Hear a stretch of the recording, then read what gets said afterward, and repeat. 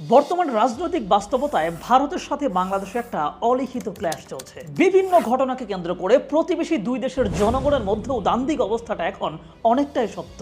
কিন্তু বাংলাদেশি হিসেবে এই দ্বান্দ্বিক অবস্থার মধ্যেও আপনাকে একটা কথা স্বীকার করতেই হবে, তা হলো প্রযুক্তি খাতের অগ্রগতি এবং বৈশ্বিক প্রযুক্তি সেক্টরে ভারতের অবস্থান শুধু বাংলাদেশের চাইতেই না, বিশ্বের বহু দেশের চাইতেই যোজন যোজন গুণ এগিয়ে। অথচ ভারত ও বাংলাদেশের স্বাধীনতার ইতিহাস, প্রাচীন ইতিহাস কিংবা জাতিগত ইতিহাসে খুব একটা ফারাক কিন্তু নেই।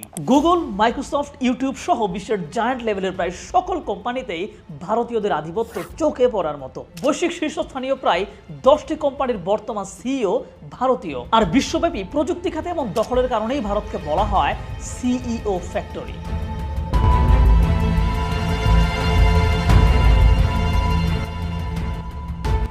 অথচ বাংলাদেশের নিজস্ব কোম্পানিগুলোর উচ্চ পদও বাংলাদেশিদের দখলে নাই। কেন?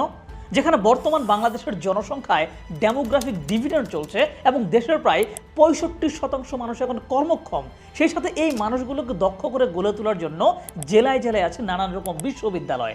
তারপরেও দেশের প্রযুক্তি খাতে নেতৃত্ব দেওয়ার মতো মানুষ তৈরি হয় না। বৈশ্বিকভাবেও আমরা প্রযুক্তির বাজারে ঠিকঠাক ঢুকতে পারছি না। কেন? সমস্যাটা কোথায়? ভারত ঠিক কোন জায়গায় ফোকাস করার কারণে আজকে বিশ্বকে লিড দিচ্ছে, আর বাংলাদেশ ঠিক কী কারণে দিন দিন পিছিয়ে যাচ্ছে, সেই সব প্রশ্নের উত্তর খুঁজব আজকের ভিডিওতে। চলুন শুরু করি।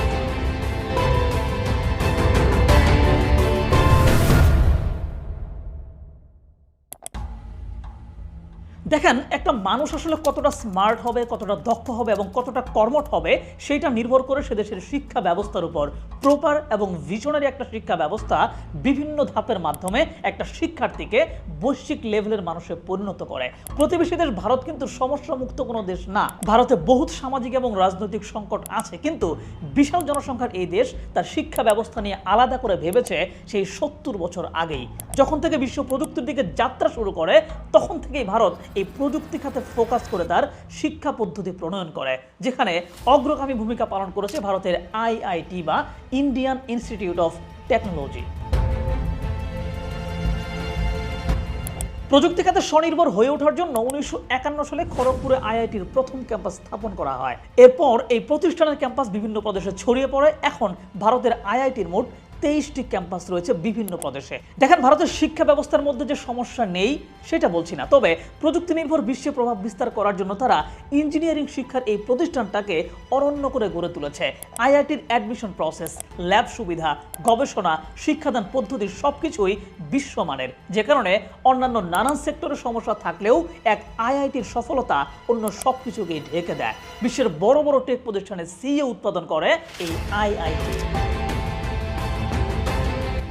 এই একটি প্রতিষ্ঠানই ভারতের লাখ লাখ শিক্ষার্থীর চিন্তা ভাবনায় পরিবর্তন এনেছে, কোটি কোটি মানুষকে প্রযুক্তি ভিত্তিক শিক্ষার দিকে আগ্রহী করে তুলেছে, মানুষকে প্রযুক্তি সম্পর্কে জানতে উৎসাহিতও করেছে, যার ফলস্বরূপ বিশ্বের প্রযুক্তি সেক্টরের অন্যতম বড় নিয়ন্ত্রক এখন ভারতীয়রা। প্রতি বছর প্রযুক্তি জ্ঞান কাজে লাগিয়ে ভারতীয় ফ্রিল্যান্সাররা আয় করে প্রায় 62 বিলিয়ন ইউএস ডলার। এছাড়াও বিশ্বের প্রায় সব দেশেই প্রযুক্তি নির্ভর বিভিন্ন শিল্পে ভারতীয়দের অংশগ্রহণ চোখে পড়ার মতো, যা ভারতকে এগিয়ে নিয়ে যাচ্ছে ব্যাপক গতিতে। তো নানান সমস্যা থাকা উন্নয়নশীল একটা দেশের এমন সাফল্যের পেছনে মূলত দুইটা জিনিস কাজ করেছে। এক, প্রযুক্তি শিক্ষা প্রতিষ্ঠান হিসেবে আইআইটিকে বেশি গুরুত্ব প্রদান এবং এইটার বিশ্বমান নিশ্চিত করা। দুই, সারা দেশের জনগণকে প্রযুক্তি শিক্ষা সম্পর্কে ব্যাপকভাবে জানানো এবং কিভাবে প্রযুক্তি সেক্টরে সর্বোচ্চ ভালো করা সম্ভব সেই উপায় সম্পর্কে অবগত করা। এর ফলে শিক্ষার্থীরা নিজে থেকেই বিশ্বমানের সেই আইআইটিতে ভর্তি হওয়ার জন্য প্রস্তুত হতে থাকে। প্রতিযোগিতা এতটাই তীব্র হয়ে ওঠে যে দেশের সেরা মেধাবীরা বেরিয়ে আসে। যেহেতু আইআইটি তার বৈশ্বিক মান বজায় রাখা, এখান থেকে বিখ্যাত সব মানুষ বের হয়েছে, তাই ভারতের শিক্ষার্থীদের কেরিয়ার সম্পর্কিত দৃষ্টিভঙ্গিও উন্নত হয়েছে। কি করলে প্রযুক্তিগত দক্ষতা বাড়বে, কোন প্রসেসে পড়লে বিদেশে উচ্চ বেতনের চাকরি পাওয়া সম্ভব, কোথায় প্রশিক্ষণ নিলে বাজারের চাহিদা মতো দক্ষতা অর্জন করা যাবে, এসব নিয়ে ভারতীয় শিক্ষার্থীরা বেশ ধারণা রাখে। আর এই জায়গাগুলোতে হেল্প করে ভারতের অনানুষ্ঠানিক শিক্ষা। ভারতের শিক্ষায় দুটো ধারা আছে, একটি আনুষ্ঠানিক, অপরটি অনানুষ্ঠানিক। দ্বিতীয় শিক্ষাটা হচ্ছে মূলত তাদের জন্যই যারা লম্বা প্রসেসের আনুষ্ঠানিক শিক্ষায় যেতে চায় না, দ্রুত দক্ষতা অর্জন করে চাকরিতে ঢুকে পড়তে চায়। এই সেক্টরটা বৈশ্বিক পর্যায়ে কাজ করার জন্য ভারতের বিপুল সংখ্যক দক্ষ কর্মী তৈরি করছে। কিন্তু বাংলাদেশের দিকে একটু তাকান, এখানে না আছে আইআইটির মতো কোনো প্রতিষ্ঠান, না আছে শিক্ষার্থীদের মধ্যে বৈশ্বিক দৃষ্টিভঙ্গি। বৈশ্বিক পর্যায়ে আমাদের অবস্থান তো খুব একটা নাই, বরং দেশীয় প্রযুক্তি খাতেও বিদেশিরা কাজ করে টাকা নিয়ে যায়। বিশ্বব্যাপী কাজ করা প্রায় 1.5 কোটি বাংলাদেশের বেশিরভাগই কাজ করে নিম্ন বেতনে। আসলে আমাদের শিক্ষা ব্যবস্থাটাই এমন যা এখানে শিক্ষার্থীদের মধ্যে ভিন্নধর্মী কিছু করার মানসিকতা তৈরির পরিবর্তে গতানুগতিক সরকারি চাকরির আইডিয়া প্রবেশ করিয়ে দেয়। কারিগরি কিংবা জেনারেল কোনো জায়গাতেই পর্যাপ্ত দক্ষ মানব সম্পদ তৈরি হয় না। এর পেছনে কয়েকটি কারণ আছে। 1, প্রাতিষ্ঠানিক ব্যর্থতা, মানে প্রতিষ্ঠানের অবকাঠামোগত দুর্বলতা। 2, শিক্ষায় রাজনৈতিক সংমিশ্রণ। 3, আধুনিক কর্মক্ষেত্র এবং কেরিয়ার নিয়ে শিক্ষার্থীদের ধারণার ঘাটতি। 4, দক্ষতাভিত্তিক শিক্ষা গুরুত্ব না পাওয়া। আমি খুব সংক্ষিপ্তভাবে একটু ব্যাপারগুলো ব্যাখ্যা করি। দেখেন, বর্তমান বিশ্ব ডিজিটাল বিশ্ব। শিক্ষার মাধ্যমে যদি শিক্ষার্থীর এই ডিজিটাল দুনিয়ার সাথে পরিচয় না করানো হয়, তবে সে আধুনিক সব কেরিয়ারের স্বপ্ন দেখবে কিভাবে? আর এই মুহূর্তে বাংলাদেশের 57% মাধ্যমিক স্কুলে কম্পিউটারই নাই। যেগুলোতে কম্পিউটার আছে সেগুলোতে এই কম্পিউটারগুলো বেশিরভাগ সময়ই শিক্ষার্থীদের হাতের নাগালের বাইরে থাকে। তাই ছোট থেকে প্রযুক্তির প্রতি আগ্রহ জন্ম নেয় না। আবার গ্রাম কিংবা শহরের সমাজের মধ্যে সায়েন্স নিয়ে পড়তে হবে এরকম একটা টেন্ডেন্সি ইদানিং দেখা যাচ্ছে, কিন্তু সায়েন্সের প্রতি প্রকৃত ডেডিকেশন তৈরি করতে স্কুল কলেজে যে সায়েন্স ল্যাব দরকার, সেখানে দেখা যায় প্রায় 30% স্কুলে সেটা নাই। যেসব স্কুলে আছে সেগুলো আধুনিক না।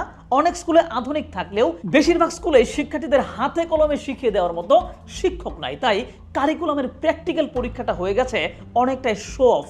অন্যটা দেখে দেখে লিখে দিলে এবং কিছু ছবি এঁকে দিলেই প্র্যাকটিক্যালে ফুল মার্ক পাওয়া যায়। এবং এক্ষেত্রে একটা তেতু সত্য কথা হচ্ছে, টিচারকে টাকা দিয়ে দিলে প্র্যাকটিক্যালের ফুল মার্ক দিয়ে দেয়। এই দুইটা কারণে শিক্ষার্থীরা বিজ্ঞানের প্রতি আগ্রহী হতে চেয়েও হতে পারে না। এখানে আরেকটা সমস্যা কাজ করে, তা হলো দক্ষ শিক্ষকের ব্যাপক ঘাটতি। আমাদের দেশে শিক্ষক সমাজের বেতন কাঠামো খুবই দুর্বল। এখানে একজন শিক্ষকের স্বাচ্ছন্দ্যে জীবন চালানোর জন্য যেই পরিমাণ টাকা দরকার, সেইটা বেতন হিসেবে তিনি পান না। যে কারণে এই শিক্ষকতায় তার ডেডিকেশন কমে যায়। আবার উচ্চশিক্ষা গ্রহণ করা যেসব দক্ষ মানুষ আছেন, যাদের হয়তো শিক্ষকতা করতে ভালো লাগে, তারা বেতন কাঠামো দেখে এখানে আসতে আগ্রহ বোধ করেন না। একই সাথে রাজনৈতিক ছত্রছায়ায় শিক্ষক নিয়োগে ব্যাপক অনিয়ম এবং দুর্নীতি এদেশে নিয়মিত ঘটনা। সেই সাথে বাংলাদেশে আরেকটা সেক্টর আছে, কারিগরি শিক্ষা। দ্রুত দক্ষতা বৃদ্ধি করে কাজের জন্য উপযোগী করে তোলা এই সেক্টর নিজেই দেশের জন্য উপযোগী না।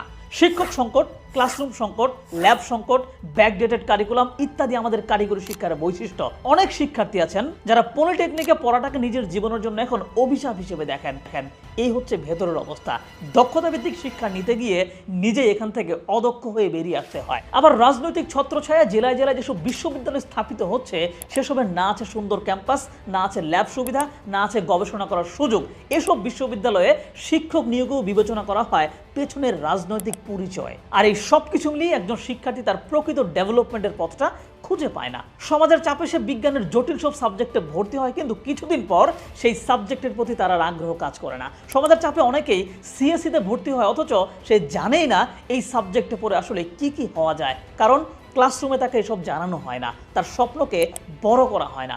যে কারণে উচ্চশিক্ষা শেষ করে সবাই ওই গতানুগতিক পেশার দিকেই ধাবিত হয়। যে কারণে দেশে যে অল্প কয়টা চাকরির ক্ষেত্র আছে, সেখানে চলে চরম প্রতিযোগিতা। অল্প কিছু শিক্ষার্থী চাকরি জোগাড় করতে পারলেও বিপুল পরিমাণ শিক্ষার্থী বছরের পর বছর বেকার থেকে যায়। শিক্ষা জীবনে দক্ষতা বৃদ্ধির দিকে মনোযোগ না দেওয়ায় পরবর্তীতে দক্ষতা ভিত্তিক চাকরির জন্য অনেকেই চেষ্টাও করতে পারে না। ফলাফল, দেশে উচ্চশিক্ষিত বেকারের সংখ্যা প্রায় 24 লাখ ছাড়িয়েছে। কিন্তু ভয়ঙ্কর কথা হচ্ছে, আরও প্রায় 2.5 কোটি শিক্ষার্থী আছে যারা বিভিন্ন প্রতিষ্ঠানে লেখাপড়া করছে, কিন্তু তারাও সময় থাকতে নিজেদের দক্ষতা বৃদ্ধিমূলক কাজ করছে না। সো যেই সংকটে বাংলাদেশ পড়ে আছে, প্রযুক্তির এই বিশ্বে যেভাবে বাংলাদেশ পিছিয়ে আছে, এইটা যে সহসায় কেটে যাবে সেই সম্ভাবনা কিন্তু নেই। অথচ এই করুণ পরিবেশের মধ্যে থেকেও বাংলাদেশের অনেক শিক্ষার্থী বৈশ্বিক লেভেলে নিজেদের কেরিয়ার গড়েছে। বেশ কয়েকজন গুগল এবং ফেসবুকের মতো প্রতিষ্ঠানে চাকরি পেয়েছে। কেউ ফুল ফান্ডেড স্কলারশিপ নিয়ে সম্মানজনক জায়গায় পড়তেও যাচ্ছে। তারা কিভাবে পারলো? তারা দেশের অবকাঠামোর ব্যর্থতার দিকে না চেয়ে থেকে নিজেই নিজের পথ তৈরি করেছে, প্রযুক্তিগত সুবিধাটা কাজে লাগিয়েছে। সবচেয়ে বড় কথা হলো, বাংলাদেশের একটা বিশাল সংখ্যক শিক্ষার্থী জানেই না কোন জায়গায় কি ধরনের কেরিয়ার তাদের হতে পারে। টেক ইন্ডাস্ট্রিতে কেরিয়ার গড়ার জন্য কি ধরনের দক্ষতা লাগে এবং সেটা বিশ্ববিদ্যালয়ের বাইরে থেকেও কিভাবে অর্জন করা যায় সে সম্পর্কেও আইডিয়া নেই অনেকেরই। অথচ ডিজিটাল পৃথিবীতে ঘরে বসে উচ্চ বেতনের চাকরি করা যায়, ঘরে বসে নিজেকে ওই লেভেলে দক্ষ করা যায় যেটার মাধ্যমে ভালো কোম্পানিতে ভালো চাকরি পাওয়া পসিবল। যেহেতু বর্তমান সময় প্রতিটি কোম্পানি আসলে ওয়েবসাইট ভিত্তিক কাজ পরিচালনা করে, অ্যাপ ভিত্তিক কাজ পরিচালনা করে, তাই প্রোগ্রামিং শেখার মাধ্যমে এই সেক্টরে কেরিয়ার গড়ে তোলাও কিন্তু পসিবল। এই জায়গায় অনেকেই ভাবেন আমি তো সিএসসিতে পড়িনি, আমি কিভাবে প্রোগ্রামিং শিখবো। এমন বেশ কিছু প্রতিষ্ঠান বৈশ্বিকভাবে এবং বাংলাদেশেও আছে যারা অনলাইনের মাধ্যমে বেসিক থেকে অ্যাডভান্স লেভেল পর্যন্ত প্রোগ্রামিং হয়। আপনি যেই সাবজেক্টেরই হন না কেন, যদি টেকনোলজির প্রতি আগ্রহ এবং প্যাশন থাকে তবেই আপনি প্রোগ্রামিং শিখতে পারবেন এবং এই লাইনে কেরিয়ারও করতে পারবেন। আমার জানাশোনা এমন একটা প্রতিষ্ঠানের নাম হচ্ছে ফাইট্রন। ফাইট্রনে 1 বছর মেয়াদী কোর্সে 3 ধাপে একজন শিক্ষার্থীকে প্রোগ্রামিং শেখানো হয় এবং তাকে প্রবলেম সলভিং এ দক্ষ করে তোলা হয়। প্রথম ধাপে একজন শিক্ষার্থীকে তারা C programming, C++, data structure, algorithm ইত্যাদি প্রবলেম সলভিং অ্যাপ্রোচে শেখায়। অর্থাৎ নির্দিষ্ট টপিক শেখার পর সেই টপিকে প্র্যাকটিক্যাল ইমপ্লিমেন্টেশনের মাধ্যমে লার্নিংকে পাকাপোক্ত করা হয়। যারা সফটওয়্যার ইঞ্জিনিয়ারিং বা এই রিলেটেড লাইনে কেরিয়ার করতে চান এবং কেরিয়ার স্মুথভাবে পরিচালিত করতে চান তাদের অবশ্যই ডেটা স্ট্রাকচার এবং অ্যালগোরিদমের ভালো নলেজ এবং স্কিল থাকা দরকার, যা তারা এই প্রথম ধাপে নিশ্চিত করে। দ্বিতীয় ধাপে যারা প্রবলেম সলভিং এ আগ্রহী তাদেরকে সিলেকশনের মাধ্যমে কম্পিটিটিভ প্রোগ্রামিং ট্র্যাকের সুযোগ দেয়। এই ট্র্যাক একজন ছাত্রকে রেগুলার ট্রেনিং এর মাধ্যমে কোড ফোর্সেস কোড শেফে র্যাঙ্ক অর্জনে সাহায্য করে। জেনে অবাক হবেন যে সফটওয়্যার ইঞ্জিনিয়ারিং বা এই রিলেটেড মার্কেটে কিন্তু এই কম্পিটিটিভ প্রোগ্রামারদের খুব ভালো চাহিদা থাকে। আবার আর্টিফিশিয়াল ইন্টেলিজেন্সের এই যুগে মেশিন লার্নিং সম্পর্কে অবশ্যই ধারণা থাকতে হবে।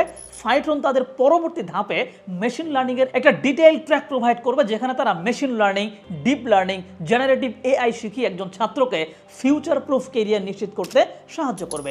এই ট্র্যাক শেষ করে একজন ছাত্র এই নলেজ তার academic research, thesis, final project ইত্যাদিতেও কিন্তু কাজে লাগাতে পারবে। এই যে শেখার যে ধাপগুলোর কথা বললাম, আপনি একজন দক্ষ প্রোগ্রামার হতে চাইলে এইগুলো আপনাকে করতেই হবে। আর আপনি শিখতে গেলে অবশ্যই বিভিন্ন টপিকে আটকে যাবেন, বুঝতে পারবেন না। আর তার জন্য ফাইট্রনে রয়েছে টপ নচ সাপোর্ট সিস্টেম। থাকছে 3 বেলা লাইভ সাপোর্ট সেশন। যে কোনো প্রবলেম 15 থেকে 20 মিনিটের মধ্যে সলভ করার জন্য থাকবে ফাইট্রনের স্পেশাল হেল্প ডেস্ক। কোর্সের ফ্লোতে থাকার জন্য কিংবা কোর্স থেকে পিছিয়ে পড়লে থাকছে স্পেশাল কাউন্সেলিং সেশন। ফ্লো থেকে পিছিয়ে পড়লে করবে phone call, email, special mentoring support সহ আরো অনেক কিছুই। ফাইট্রন তাদের এই টপ নচ সাপোর্টের জন্য মূলত ছাত্রদের কাছে অনেক বেশি জনপ্রিয়। আর এই সবকিছু পাচ্ছেন মাত্র 6500 টাকার এনরোলমেন্ট ফি এর মাধ্যমে। তো ফাইট্রনের প্রতি বছর 2 বার এনরোলমেন্ট চলে। একটা হচ্ছে মার্চের 10 তারিখ থেকে 24 তারিখ, আরেকটা সেপ্টেম্বরের 10 তারিখ থেকে 24 তারিখ। তো ভিডিও ডেসক্রিপশনে তাদের ওয়েবসাইটের লিংক দেওয়া থাকবে, আপনারা সেখানে গিয়ে বিস্তারিত দেখে নিতে পারেন। তার মানে ঘরে বসেও গতিশীল বিশ্বের সাথে তাল মেলানোর মতো দক্ষতা আপনি অর্জন করতে পারেন। সেই পথ আপনার সামনে খোলা আছে। এখন সিদ্ধান্ত আপনার যে আপনি কি সেই গতানুগতিক কেরিয়ারের জন্য বেকার বসে থাকবেন, নাকি দক্ষতা বৃদ্ধি করে প্রযুক্তি খাতে ভালো কেরিয়ার করবেন। যদি আপনি প্রযুক্তি খাতে উচ্চ বেতনের চাকরির সুযোগ মিস করতে না চান, তবে আপনি যেই স্টেজে আছেন না কেন সেখান থেকে যে কোনো একটা স্কিল আয়ত্ত করেন, সেই স্কিলকে কাজে লাগান। নিজেকে ডিজিটাল বিশ্বে আপ টু ডেট রাখতে যা যা করা দরকার, যা যা শেখা দরকার সব শিখে ফেলেন। দুনিয়াকে জানেন, মানুষ কত উপায়ে কত জায়গায় নিজেদের কেরিয়ার গড়েছে সেটা নিয়ে আইডিয়া নেন। গতানুগতিক পরিচিত চাকরির বাইরে যে আরো কত শত কাজ করার জায়গা আছে সেগুলো নিয়েও গবেষণা করেন। প্রযুক্তির কল্যাণে বিশ্ব এখন আপনার হাতের মুঠোয়। আপনি জেলা শহরে থাকেন আর রাজধানী শহরে থাকেন, সকল সুযোগ আপনার ফোনে এসে বসে আছে, পিসিতে এসে বসে আছে। সাহস করে তা গ্রহণ করেন, নইলে পিছিয়ে পড়বেন।